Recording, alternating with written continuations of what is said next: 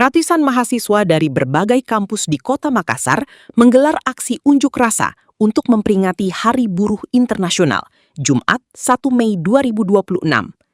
Aksi ini berlangsung di beberapa titik di Kota Makassar.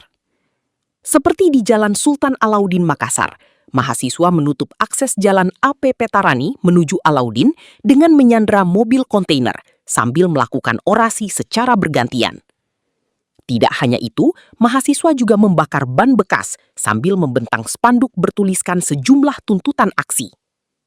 Dalam aksinya, berbagai tuntutan disuarakan para mahasiswa, seperti mengesahkan UU Ketenagakerjaan yang baru, hapus sistem kerja outsourcing, mewujudkan pendidikan gratis, hingga meminta bubarkan program MBG atau makan bergizi gratis. Tuntutan kami bagaimana kesejahteraan guru dan pendidikan itu tetap ditegakkan. Kami hadir sebagai bagian daripada rakyat menginginkan kesejahteraan bagi tenaga pendidik maupun bagaimana kondisi pendidikan hari ini. Kemudian hak-hak buruh silakan berikan. Kami menolak juga pemutusan kontrak kerja secara sepihak itu, Bang. Kami hadir hari ini sebagai bagian daripada perjuangan rakyat itu sendiri. Menjelang maghrib, para mahasiswa membubarkan diri dan arus lalu lintas kembali lancar. Ilham Syam, Fajar TV melaporkan.